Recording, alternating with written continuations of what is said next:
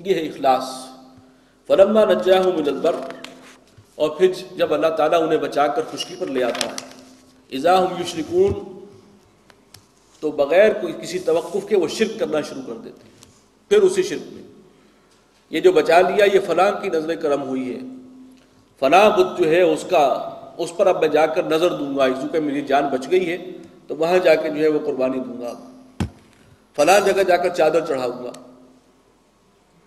یہ ہے سارا انسان کا مسئلہ۔ لیکفروا بما آتیناہم، تاکہ وہ ناشکری کرے ہماری دی ہوئی چیزوں میں، ہماری دی ہوئی نعمتوں کے معاملے میں، اور ہماری ناشکری کر کے، اور کسی کا شکر ادا بھی کر رہے ہیں تو اللہ کو چھوڑ کر اس کا کہ جس کا کوئی اس میں حصہ ہی نہیں ہے۔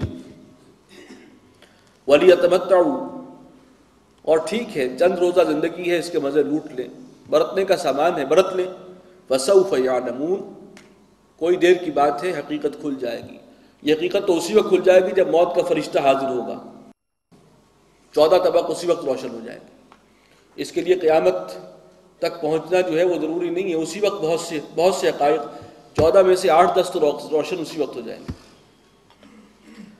اولم یروا انا جعلنا حرما آمنا، تو کیا وہ دیکھتے نہیں کہ ہم نے حرم کو امن کی جگہ بنا دیا، امن کا گہوارہ۔ یہ جو سرزمین حرم ہے، یہ بھی تو اللہ تعالیٰ کا کتنا بڑا فضل ہے کہ وہ وقت کہ ہر طرف قافلوں پر جو ہے وہ حملے ہو رہے ہیں، ڈاکے پڑ رہے ہیں، لوگوں کو اٹھا لیا جاتا ہے۔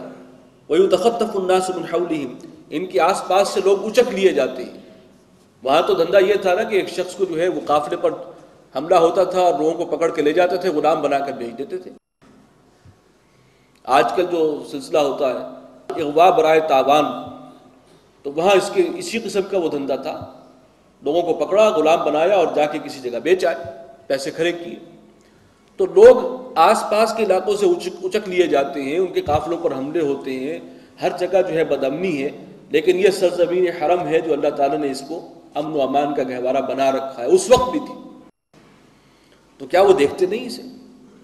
افبالباطل یؤمنون، کیا یہ باطل پر ایمان رکھتے ہیں، جھوٹ پر؟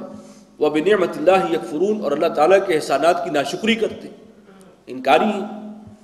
ومن اظلم ممن افترى علی اللہ کذبا، اور اس شخص سے بڑھ کر ناانصاف اور ظالم کون ہوگا جو اللہ پر جھوٹ باندھے۔ یہ شرک کرنا اور لوگوں کو سمجھنا کہ کوئی اور بھی شریک ہے خود اختیارات میں، خدائی میں، یہ اللہ پر تہمت ہے، یہ اللہ پر جھوٹ باندھنا ہے۔ او کذب بالحق لما جاء، یا وہ بھی انتہائی ظالم ہے وہ شخص کے حق اس کے پاس آئے اور وہ اس کو جھٹلا دے، اللہ کی آیات اسے سنائی جائے اور وہ ان کی تکذیب کرے۔ الیس فی جہنم مثوی للکافرین، تو کیا جہنم ہی ٹھکانہ نہیں ہے ایسے کافروں کا، ایسے ناشکروں کا۔ والذین جاہدوا فینا، اور جو لوگ ہماری راہ میں محنت اور مشقت کر رہے ہیں، تکلیفیں جھیل رہے ہیں، لنہدینہم سبلنا، ہم ان کے لیے اپنی راہیں ضرور کھولیں گے۔